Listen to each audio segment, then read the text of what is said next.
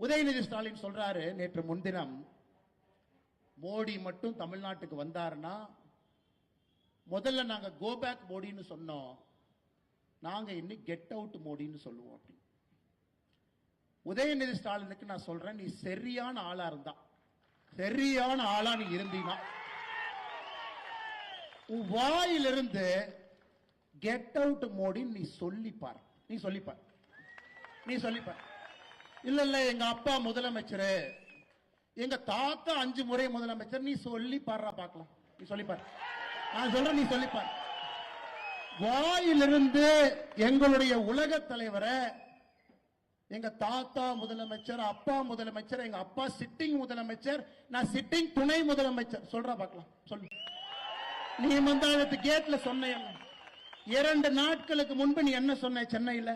Get out Modi, வெளியே போடா மோடின்னு சொல்லுவாராம். உன் வீட்டுக்கு வெளியே வந்து பால்டாயில் பாபு போஸ்ட் ஒட்டிட்டு வரும்.